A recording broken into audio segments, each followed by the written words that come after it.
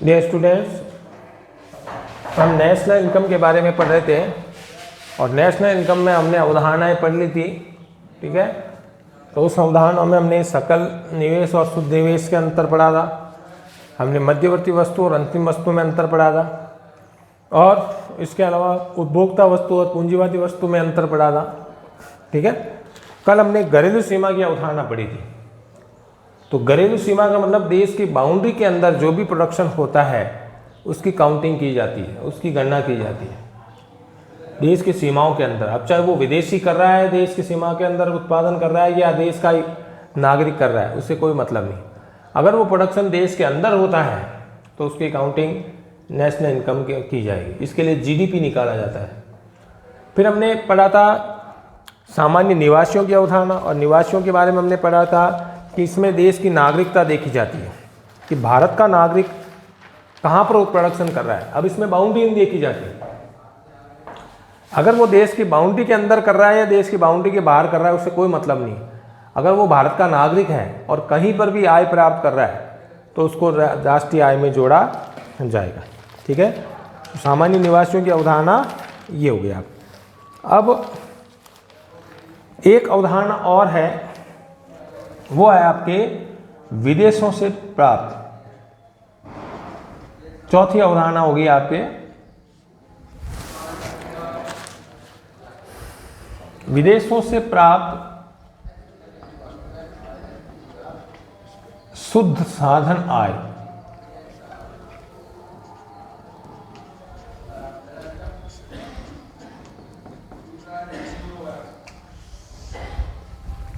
इसको बोलते हैं NFIA।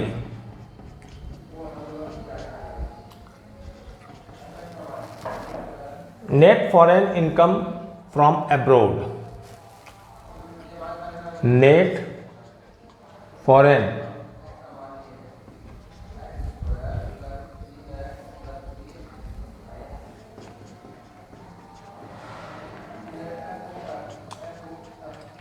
From abroad. देखिए, विदेशों से प्राप्त शुद्ध साधन आय, NFIA का मतलब क्या हो गया? विदेशों से प्राप्त शुद्ध साधन आय का मतलब हो गया कि अगर भारत का कोई व्यक्ति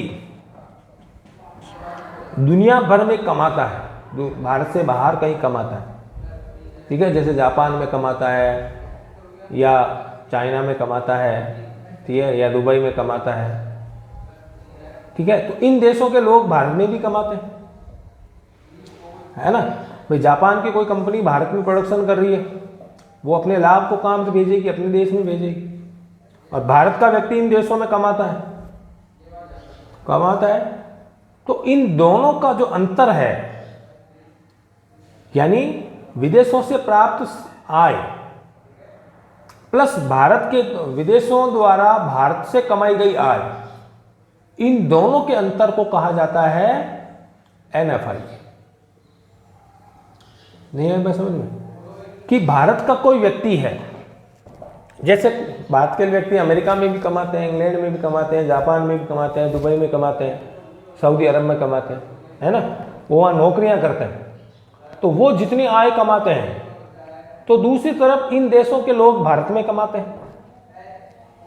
भाई भारत में उनकी फैक्ट्रियाँ हैं, भारत में जैसे बड़ी बड़ी मल्टीनेशनल कंपनियाँ हैं, है ना, चाहे सैमसंग की, है ना, ओनिडा की, जापान की कंपनियाँ हैं, होंडा कारों की, होंडा मोटरसाइकिलों की, तो ये विदेशी लोग भारत में कमाते हैं। तो इन दोनों के जो अंतर है उनको कहा जाता है विदेशों से प्राप्त शुद्ध साधन आय। तो ये क्या अवधारणा होती है? ठीक है, अब इसमें दो तरह की अवधारणा है। NFIA की जो अवधारणा है वो दो तरह की है। विदेशों से प्राप्त साधन आय की अवधारणा दो प्रकार की है। ठीक है, तो ये एक प्राचीन अवधारणा है, पुरानी अवधारणा। पुराने टाइम में NFI में क्या जोड़ा जाता था? तो NFI की प्राचीन अवधारणा में है कि इसमें आयात और निर्यातों का अंतर देखा जाता था। केवल किसका अंतर देखा जाता था? आयात व निर्यातों का अंतर।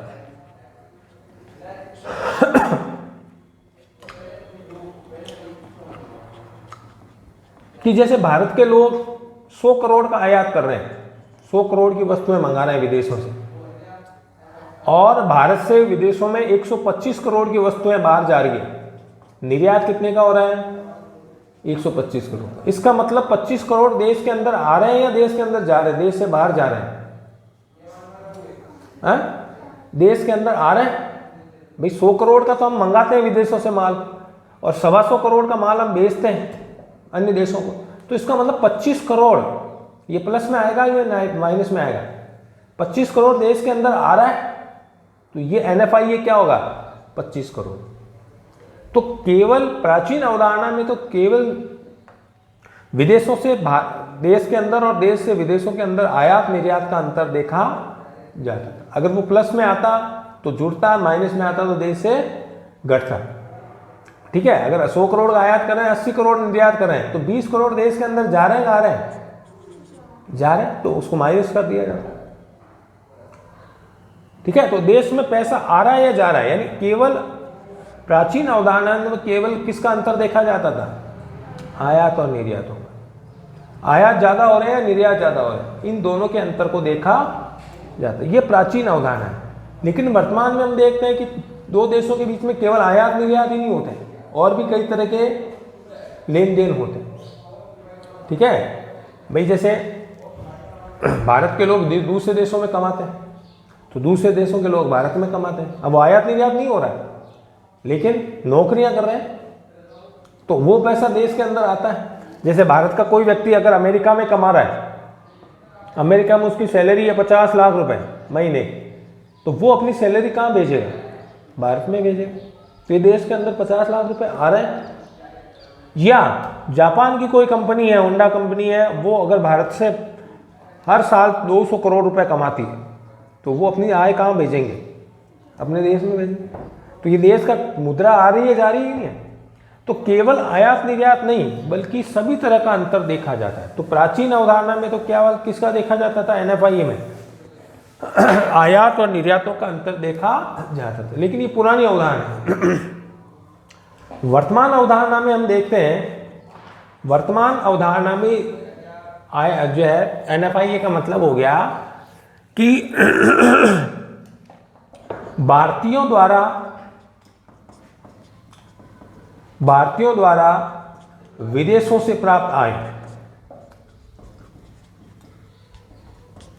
चाहे वो किसी भी तरह से कमाई जा रही है, आयात निर्यात कर रहे हो या और तरीके से कर रहे हो, ठीक है, तथा विदेशियों द्वारा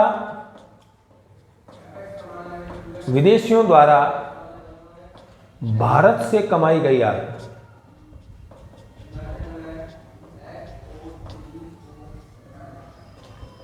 इन दोनों का अंतर ही NFIA कहलाता है। वर्तमान में NFIA का मतलब क्या होगा? विदेशों से प्राप्त साधन आएगा कि भारतीय लोग विदेशों में कितना कमाते हैं, किसी भी तरह से, चाहे माल बेच करके कमाए या और नौकरी करके कमाए, या तथा विदेशियों द्वारा भारत से कमाई गई आय, इन दोनों के अंतर को ही वर्तमान में क्या कहा जाता है? NFIA। जैसे भारतीय लोग दुनिया भर में 120 करोड़ कमाते हैं। भारत के लोग दुनिया भर में कोई ना कोई उनकी फैक्ट्री है, वो नौकरी कर रहे हैं कहीं भी, जापान में, अमेरिका में, दुबई में, सही कहीं, और वो कुल मिलाकर 120 करोड़ रुपए साल के कमाते हैं।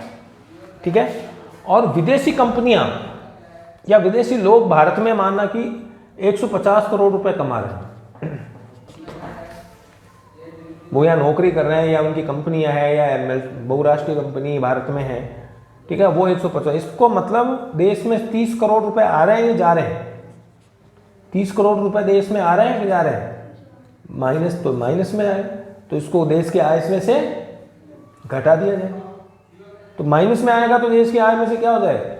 घट जाए, और प्लस में आएगा तो देश की आय में जुड़ जाए। तो वर्तमान में NFIA का मतलब क्या होता है? वर्तमान में NFIA होता है भारतीयों द्वारा विदेशों से प्राप्त अर्जित आय और विदेशियों द्वारा भारत से अर्जित आय का अंतर ही क्या कहलाएगा? प्राचीन अवधारणा में केवल दो देशों के बीच में, क्योंकि आयात निर्यात ही होता था उस समय, उसके अंतर को देखा जाता है। ठीक है, यदि निर्यात की तुलना में आयात अधिक होते, प्राचीन अवधारणा में क्या होता कि यदि निर्यात की तुलना में आयात ज्यादा होते तो क्या होता? तो ये आय ऋणात्मक होती, और आयात की तुलना में निर्यात ज़्यादा होते तो ये आय क्या होती, धनात्मक होती, प्लस में होती। तो आयात में निर्यातों की अधिकता होने से NFIA क्या होता था, या तो NFIA प्लस में कब आता, जब आयात की तुलना में निर्यात ज़्यादा होती, और जब निर्यातों की तुलना में आयात ज़्यादा होते हैं तो ये आय NFIA क्या किस में आता है, ये प्राचीन अवधारणा थी जिसको अभी वर्तमान में नहीं देखा जाता। वर्तमान में NFIA क्या देखा जाता है, वर्तमान में NFIA की परिभाषा आती है, इसका सूत्र है, ठीक है।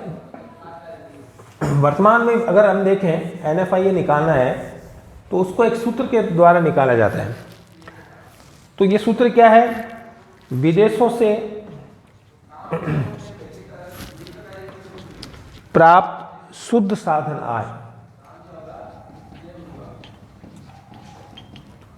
शुद्ध साधन आय,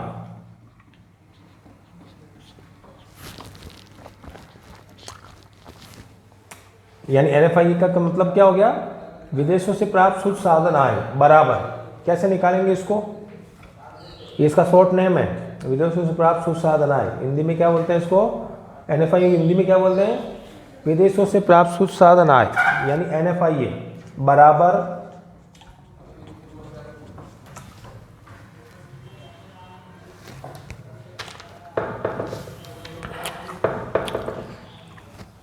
घरेलू साधनों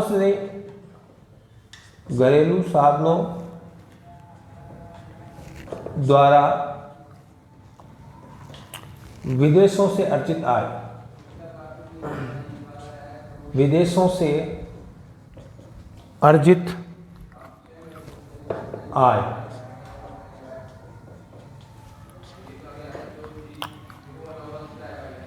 माइनस विदेशी साधनों द्वारा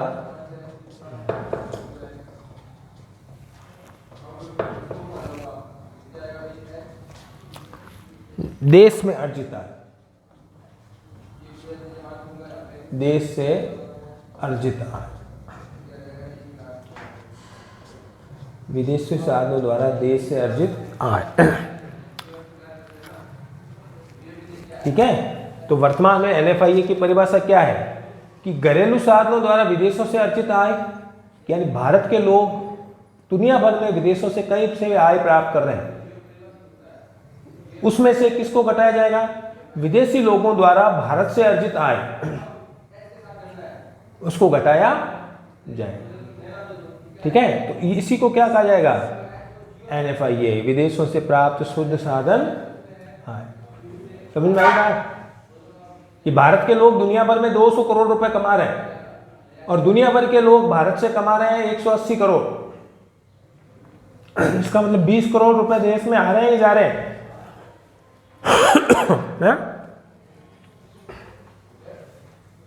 अगर दुनिया भारत के लोग विदेशों से 200 करोड़ कमाते हैं तो दुनिया भर के लोग भारत से 180 करोड़ कमाते हैं, तो देश के अंदर 20 करोड़ आ रहे हैं, जा रहे हैं, जा रहे हैं।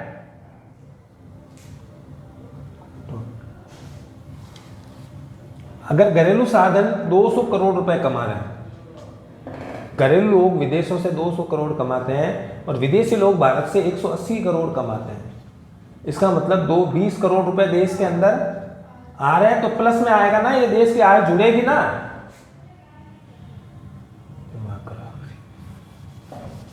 सिंपल सी बात है, ठीक है। तो ये दोनों NFIA देश प्लस में आ रहा है, इसका मतलब देश की आय देश में जुड़ेगी, ठीक है। तो इसका सूत्र होगा विदेशों से प्राप्त शुद्ध साधन आय का मतलब घरेलू साधनों द्वारा विदेशों से अर्जित आय, उसमें से घटाया जाएगा विदेशी साधनों द्वारा देश से अर्जित आय, इन दोनों का अंतर घटाया जाएगा।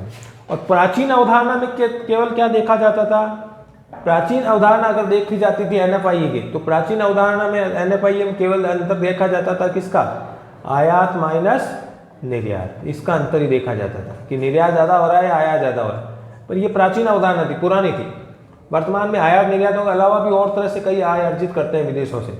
तो वर्तमान में अवधारणा क्या है इसकी, वर्तमान में सूत्र क्या होगा NFIA का, विदेशों से प्राप्त शुद्ध साधन आय बराबर घरेलू साधनों द्वारा विदेशों से अर्जित आय माइनस विदेशी साधनों द्वारा देश से अर्जित आय, इन दोनों का अंतर देखा जाए। ये चौथी अवधारणा होगी आपके NFIA। जब हम राष्ट्रीय आय पढ़ेंगे तब इनको वापस NFIA शब्द काम में लेंगे, इसलिए याद रखना है कि NFIA होता है क्या है। विदेशों से प्राप्त उत्साधन आय, साधन का मतलब उत्पादन के साधन, भाई पैसा वो श्रम मजदूरी कर रहे हैं या पूंजी उनकी लगी हुई है या उनकी भूमि है भारत की, तो वो सब साधन आय आ गए ना। साधन आय का मतलब उत्पादन के साधनों द्वारा अर्जित आय है, ठीक है। अंतिम अवधारणा है विशुद्ध परोक्ष करों की अवधारणा।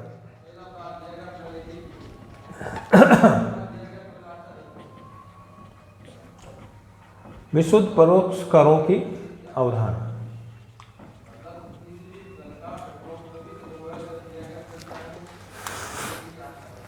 अब देखिए, सरकार जो कर लगाती है वो कर दो प्रकार के होते हैं। एक को कहते हैं प्रत्यक्ष कर, यानी डायरेक्ट टैक्स। एक को कहते हैं प्रत्यक्ष कर या डायरेक्ट टैक्स, ठीक है।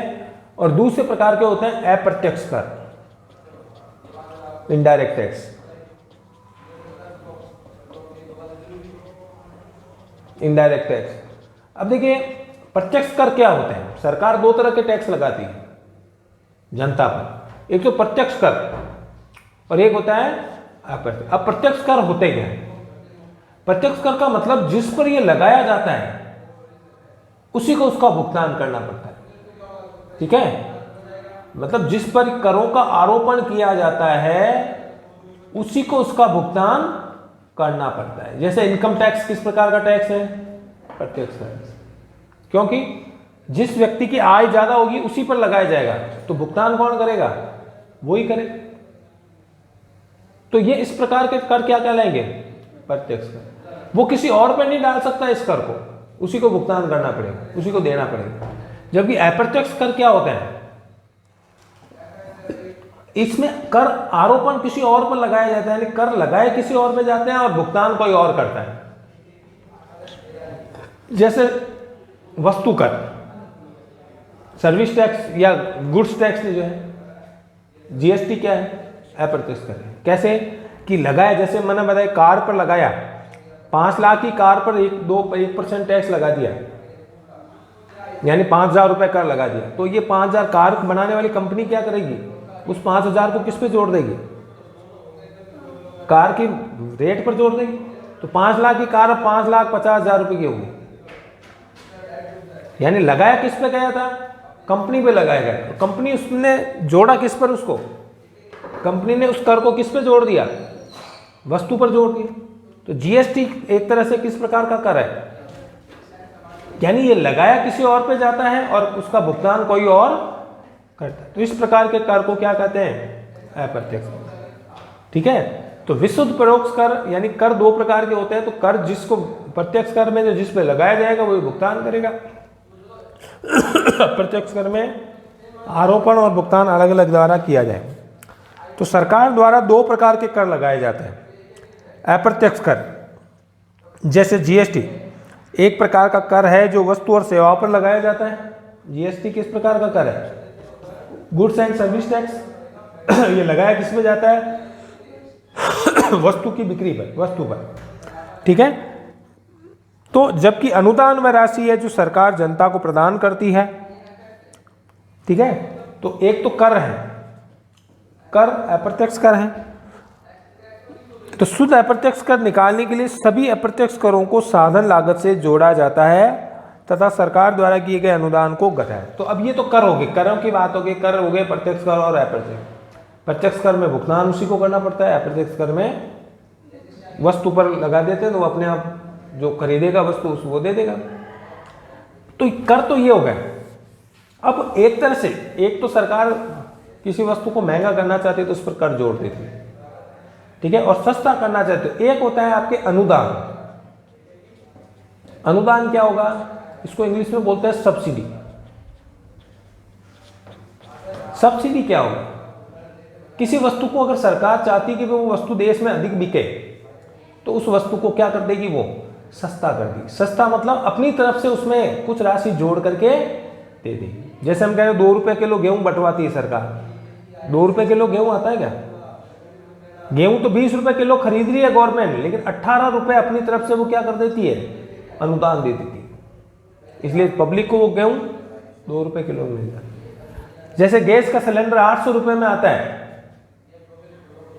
लेकिन 200 रुपये गवर्नमेंट अपनी तरफ से क्या दे रही है, सब्सिडी दे रही है। तो ग्राहक को वो कितने में पड़ेगा, वो टंकी सिलेंडर कितने में पड़ेगा, 600, क्योंकि 200 रुपये गवर्नमेंट ने अपनी तरफ से क्या दे दिया, अनुदान दे दिया, सब्सिडी दे दी।